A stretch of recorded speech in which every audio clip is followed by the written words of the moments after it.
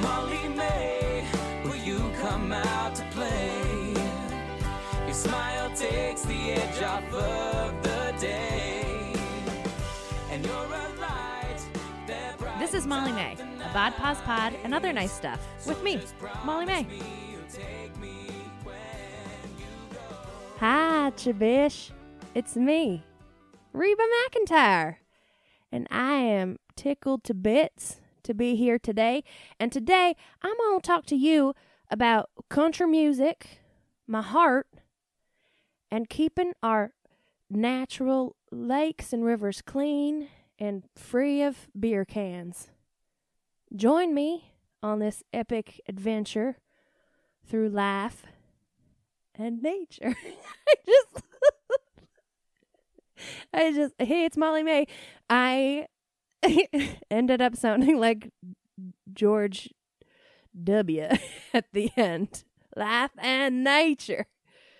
Reba McIntyre is my mom, but I'm going to talk about her today. My mom, Reba McIntyre. So I'm going to start with the song of the day, and it is the single best breakout ultimate country jam of none other than wouldn't it be really funny if I was like, hi, welcome to this Reba episode, and the song is any song but a Reba song. It's a Reba McIntyre song. I can't do that. I've been given this gift of an entire Reba episode. And that song is Why Haven't I Heard From You? So in this song, Reba takes us through a journey of history of the telephone and communication and places that telephones existed in 1994, like cars and briefcases and in the back of bars. And the whole song is like why this jerk stop dude hasn't called her. Like, who would fucking call Reba McIntyre back? A little jerky boy.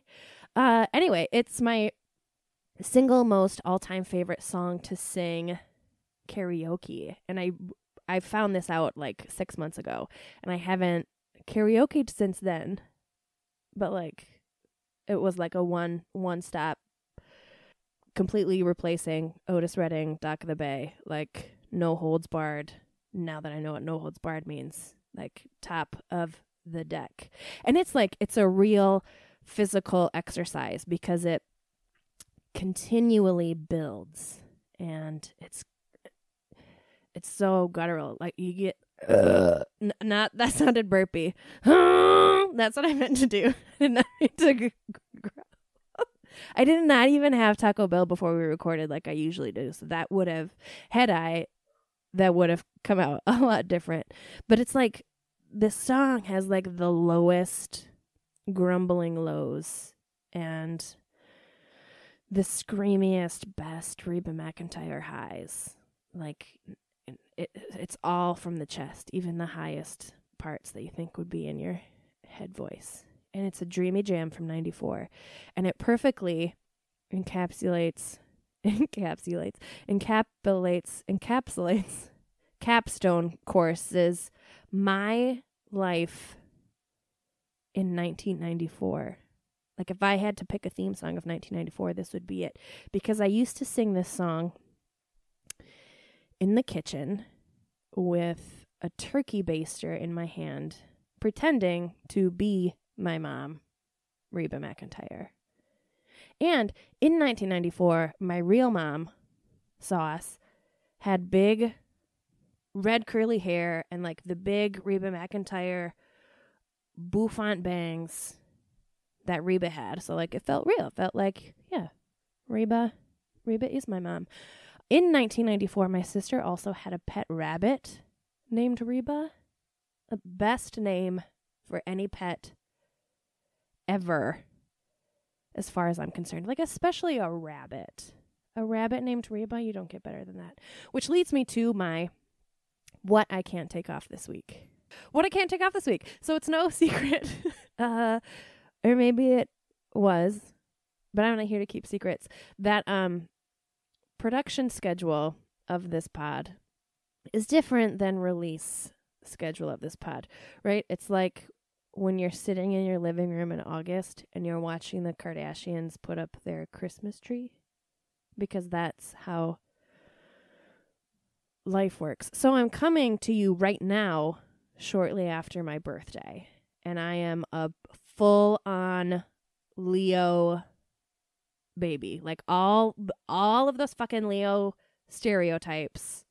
Like I'm big in every sense of the word, right? And I recently crossed over into, I giggle every time I say it, into my Jesus year, which means, I've talked about this before, but which means that I turned 32. I had a birthday in which I turned the same age as Jesus did when we know the story of Jesus. And but Jesus year isn't a new term. Like, I swear to God I've talked about it, but there, I just went over it again for you. And apparently it's not it's not a term that people use often. So Jesus, every time I bring it up, people are like, who is this fucking Bible beater that I'm talking to?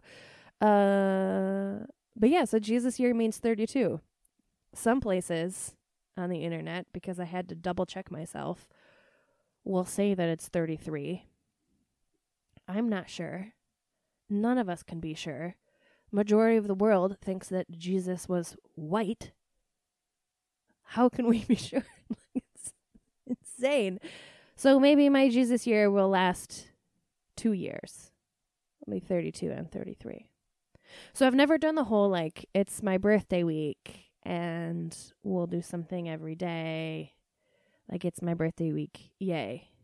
Because that kind of attention, like, so I'm a Leo, right? And I love attention. I love attention when it's something that I did, or like I clapped my hands for you to look at me. Like, I'm here talking in a microphone, so you will listen to me. But like the birthday attention that you get has always felt to me like I notoriously get embarrassed when people sing happy birthday. It's like always I will blush. I will turn the color of a stop sign. And it's been this way my entire life. And through the entirety of it, through the entire song, and I don't know where to look because everyone is looking at me. And so like this past birthday, I made a note to look at everyone that was around the table, but it felt like I was giving like a weird speech, but they were singing to me. And then it's like, I don't know what to do with my face. Like, do I like sit there and smile or like sing along? I'm not going to sing along. And I don't know what to do with my hands. And it's like, it's weird. It's like undeserved attention. I don't know how to explain it. It's like, I have always felt this way. So now, but like if I was sitting there at the table with you, it's my birthday, and you started singing me a Reba song, that would be different.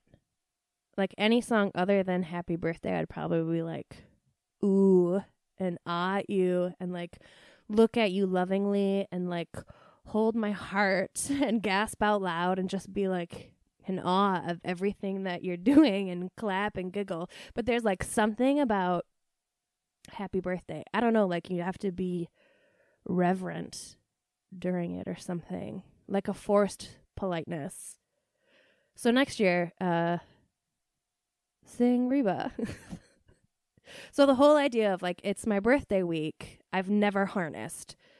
But this year, I declared it Reba week, which felt way more fitting than my birthday week. And it's a new tradition that if I remember next year, then it'll really stick. It's a new tradition that I want to continue till I croak every year during my birthday week. It's not my birthday week. It's Reba week. And I was lucky enough to go to a real live, in life, standing there before me, Reba McIntyre concert the weekend before my birthday. I just got speechless. It was remarkable, and everything that I had ever imagined, and oozy and cryy and perfect. But I'll come back to that because it sparked my What I Can't Take Off this week, which was a full on Reba week, where I wore a different Reba McIntyre shirt every day of the week. So it was sparked from the show, but I did it like the entire work week following. So to the show, before the show in our hotel room, I went with my best buddy Emma, we made iron-on t-shirts in the hotel room, and like I called down to the front desk 3 different times, hoping that I would get someone new at the front desk every time. And I called down and I was like, "Hi, could I get a scissors brought up to room whatever, like 333?" They were like, "No, I'm sorry, we can't bring up like a sharp object or something. You can come down here and use it." I'm like, "Okay, whatever." So then I called down again and I was like, "Hi, could you bring me up a sewing kit to room 333? And they're like, "Oh, no, I'm sorry, we don't have those." And I was like, "Okay, that's fine. Could you just bring me up a scissors then?" And they're like, "No, you're going to come downstairs. We can't bring up things. You could buy a sewing kit in the gift shop." And I'm like, "Fucking A."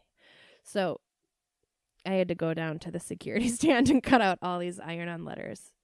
But it was nice. It was fine. But anyway, any iron-on tee that I've ever had, mostly, I think this is mostly true, I've made in honor of Reba. And why would I stop now? Seriously, guys, REBA looks so good on a t-shirt. And you'll see what I mean. So to the show, I had just like this basic black, it was like an Old Navy, old muscle tee. And in small little Cooper black, white felt letters, like gently arced above my left boobie, read Reba. Oh, that's perfect. And Emma, God, I love her. Emma wore a Biggie Smalls t-shirt. Like how much do you love a woman who wears a Biggie Smalls tee to a Reba McIntyre show? Like, oh my God, all the love. I love her so much. But we ironed Reba onto the right butt cheek of her denim shorts. Because I mean, like, we were going to a country show and we didn't have any bedazzled denim. So we're like, well, we cut out all of these letters at the front desk. So let's just make some more Reba gear. And that's the best we could do. Emma was dressed perfectly. Best outfit I think she's ever worn. And she had a gorgeous wedding dress. But this Biggie Smalls tee to a Reba McIntyre show really was a favorite moment of mine. So for the duration of the week, I wore a Reba McIntyre shirt every day. And it was, because of this, the best week of my life ever in the history of all the weeks. I could do math. There's been a lot of weeks. But math gives me diarrhea. So I started with an old iron-on tee that I made in like 2009.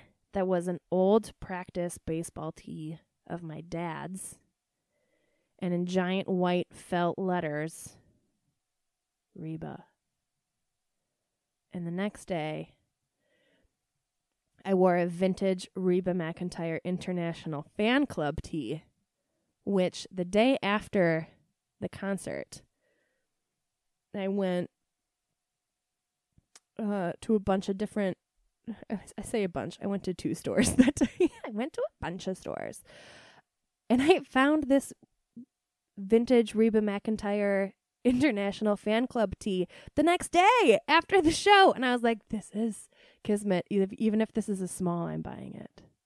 But how lucky was I that there was a early 1990s extra large there for me. And it's perfect and it's gorgeous. And it's one of my new favorite staples. It's perfection. And the third day, I wore the 1994 version of Reba McIntyre printed in metallic ink that I bought. Not that I bought. That my sweet buddy Mern bought for me at the merch table at the Reba show. 1994 Reba is my favorite Reba, obviously. And on day 4, I re-wore the black muscle tank Reba that I wore for the show. And on day 5, an old DIY distressed white muscle tank.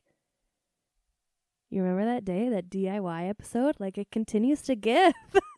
Baby! And I cut out all the R's and the E's and the B's and the A's that I had left in my iron-on packets at home that I did not bring with me, that I did not cut out at the hotel security concierge stand. And I just got those suckers like all over the front of it, of this old distressed tee. So, full disclosure, I did not have a 5th Reba shirt for day 5. And I was afraid on the internet that I had overcommitted to Reba Week. And like, we're talking work days, right? So like next year for Reba Week, I'll do a proper 7. But I had committed on the internet. I told the internet it was a Reba Week. I had to at least show up with 5. I didn't have a day 5, and that hurt my heart. And I'm a boutique trained steamer girl. So like, I don't fuck with irons. Like, I steam everything all the way. Also, like, fucking pro tip, if you put drops of lavender essential oil in your steamer, you will live forever. I'm not kidding. Like, especially if you have nose blindness, because that essence, that essential essence, that lavender essence will essentially be, the essence will essentially be woven in to your fabrics. The essence of lavender. Lavender is beauty. So I didn't have an iron. It was 9:30 p.m. and I text my neighbor. I'm like, hi, do you have an iron? And she said yes. And I said, may I borrow? And she said yes. And when she said yes, I was already at her door with a towel wrapped around my head and a satin robe around my body, because I had to do this. So on the 5th day, the 5th Reba shirt was made. And I could at this point, I have 5 full designs. I could just start a full Reba line. Would you guys buy Reba merch if I made Reba, or is it just me? It's like my thing. Can you write in if you would buy Reba merch? I don't know if I could legally do it, but did you know, maybe instead of buying mine, you would just buy, Reba has her own line, like legit clothing line, which leads me to who to follow this week. Also, wouldn't it be funny if like who to follow this week wasn't Reba? You guys, because you follow at Reba. Because when she gets on her Insta stories, which is rare, but when she does, oh my God. So she's, when she's on her Insta stories, she's usually talking about her line at Dillard's. She's currently selling this line at Dillard's. And it's like chambray blouses and bedazzled denim and glittery tunics. And it fucking kills me because she comes on. And it's not like I don't know. It's like she's rehearsed it 90 times because she comes on. She's like, "Hi, I'm Reba McIntyre," every time. And at the end, she just smiles. It's like the end of like a TV bumper commercial, but like whoever is filming her, like she's just standing there posed at the end. And whoever's filming her will like just let it time run out. And it's like so unnatural. And so this on her Insta is also where I found out that Reba has a very real life love for corn dogs, which, hello, she is my soul spirit little redheaded baby. I'm very grateful to have her as a mother. Can we just all go to Dillard's and look at this line in person? So it's just called Reba because why would you call it anything else? It's the literal best fucking name that the universe has ever given us. And it's like seriously, it's like just denim. It's like embroidered denim and lacy denim and studded denim and frayed denim.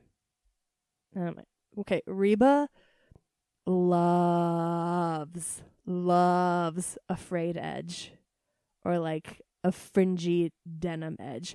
And it's everything. This line is everything that you would expect a 63-year-old country singer to wear when she's off duty.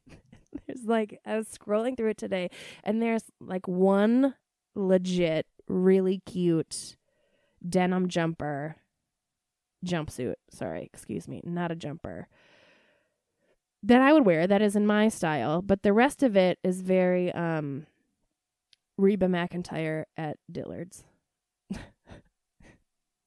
So whatever vision that you have of it in your head is probably accurate.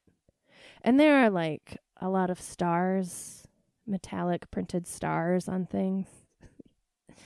But do yourself a favor and follow her, because she does a lot of polls and asks for opinions on what she should do next with her line. Like if you like the frayed shorts or the frayed capris, like which should she release first?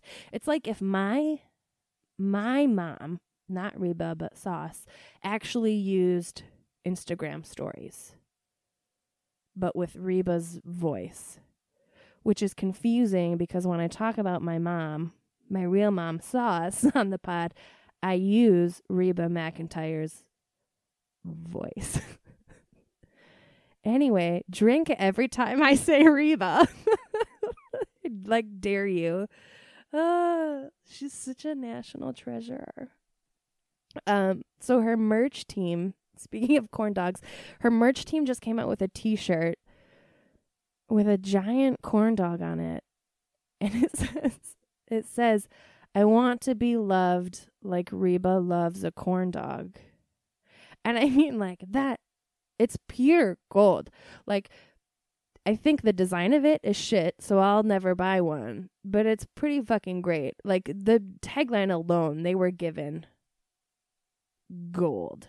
And it all started after she posted herself eating a corn dog on her private jet. And I'm like, same. Goals, same. I looked and I'm like, I've said it a million times. Like, that's my mom. That makes so much sense to me. Like, corn dog is to Reba as bratwurst is to my heart chakras. I have a bratwurst shaped heart chakra. So this Reba show, you guys, was at a casino, and it was the first time that I had ever been to a casino outside of Las Vegas. Like, I've been to like the legit gambling capital. I don't know, like casino crowds, man, like country casino crowds. So it was an outside show. Didn't know that. It was an outside show in the grass. Chairs are set up, so it looked like a wedding, like white folding chairs. It was actually quite gorgeous. And there was a cutie Canadian country singer opener that tragically I can't remember the name of because I was busy having a photo shoot in the merch line with Darren with the Good Light.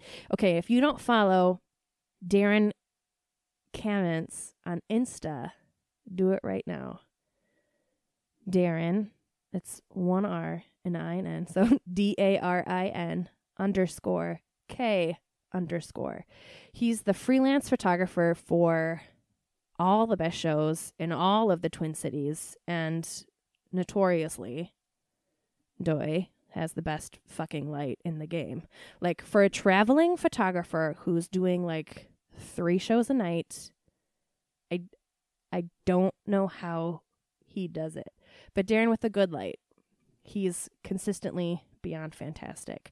So Emma and I were just there pounding Miller Lights, dancing around in her Biggie Smalls tee, and he was there, like, working the best stage show of the year. And we'll post some of the pics because you have to see Emma's Biggie Smalls outfit and her braids. It was the best braids that I've ever done, ever. So then Reba, we go to our seats, and she has a newer gospel album out. She won a Grammy for it. I don't know if it was last year, or the year before. But she hasn't put anything out since this gospel album. But Emma and I almost didn't go to the show because we were like, okay, it's just going to be Jesus-y. So we strategically bought tickets near the beer tent so we could easily escape for when she does sing her Jesus songs, so we could refill. And then, like, when we heard the good beats again, run back and not miss anything. But, like, fucking motherfucker, you guys, she played every single chart-topping. I was a little girl, like, roller skating in my basement again. I just got chills. It was just her in her navy blue sequins top with her band behind her. And, like, she only had 2 projections, like, the entire time.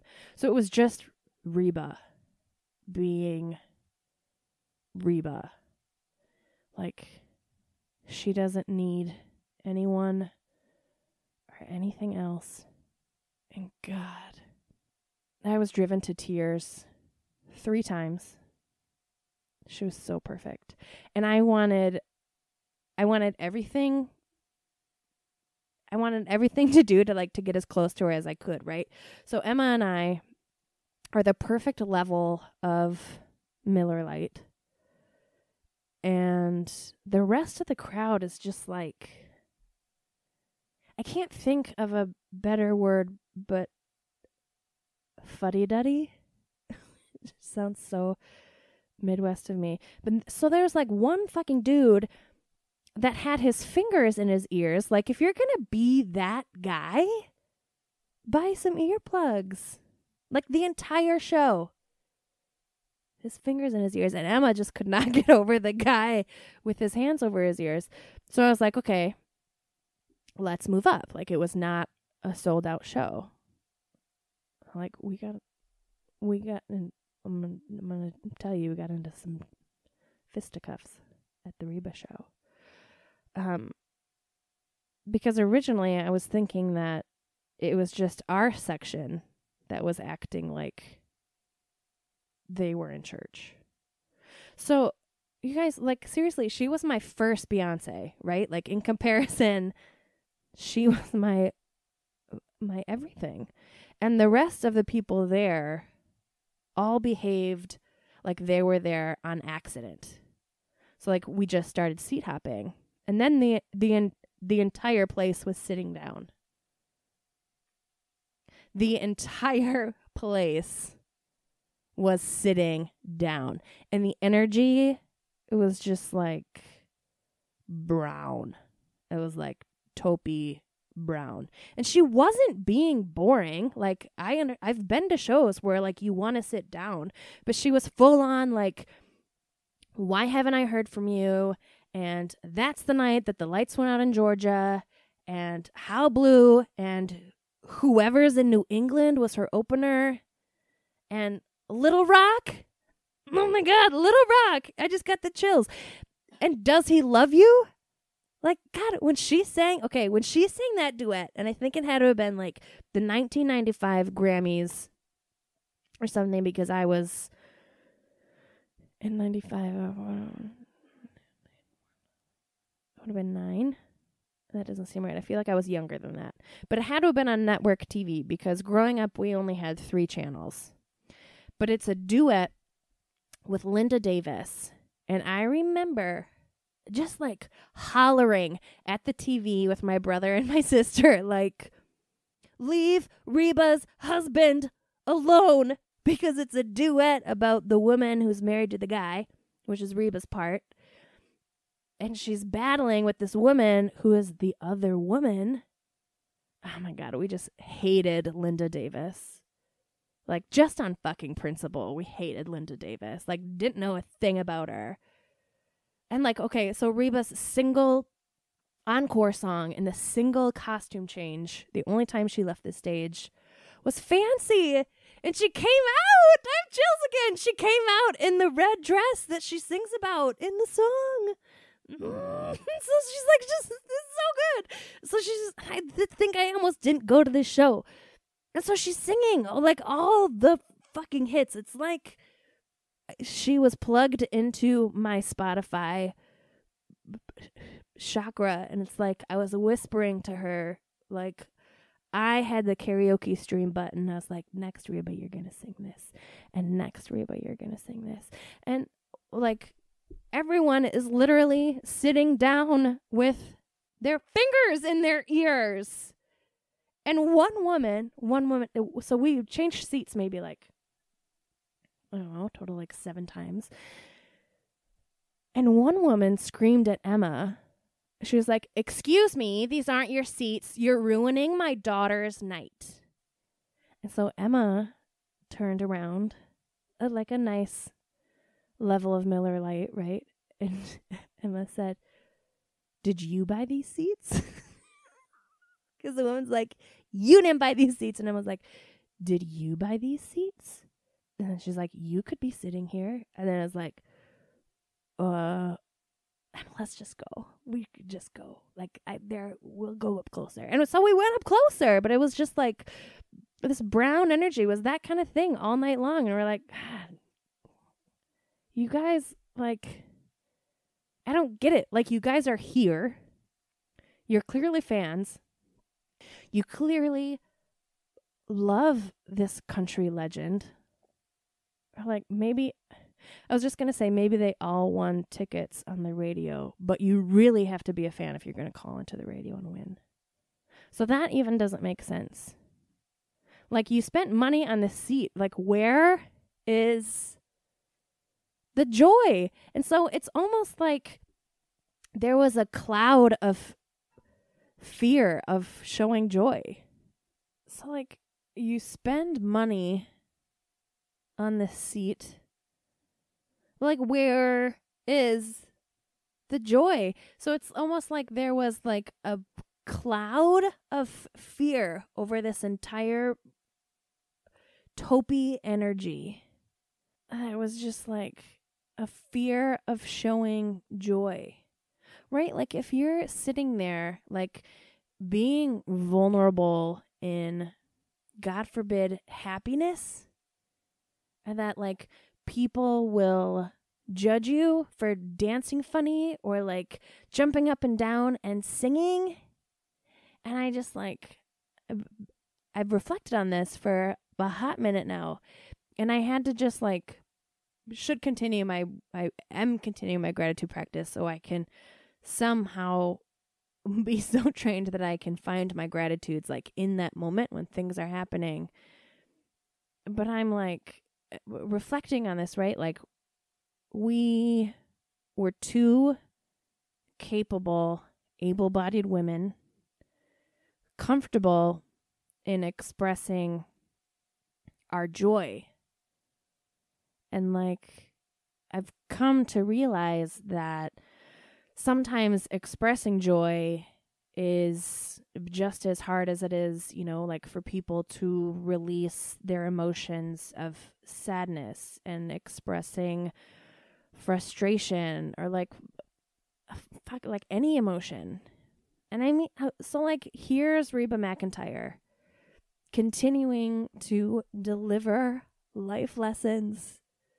So like my last little tidbit today is to express joy to someone, like to practice this, whether you give them a high five or a hug, like a genuine open-toothed smile, or tell someone that you are proud of something that you have done, or maybe it's like confidently delivering a story about a passion or a hobby of yours that truly brings you to life, and like to harness that joy and to share it, to express it, to practice expressing your joy.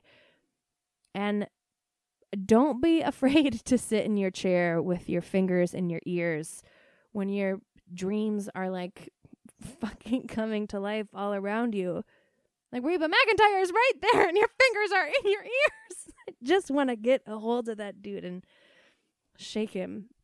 So I recently read at my godfather, Johnny Sullivan's funeral, the world's single kindest human and a very, very, very special person in my life. And being a part of his funeral in this way, in reading at his funeral, it was such an honor.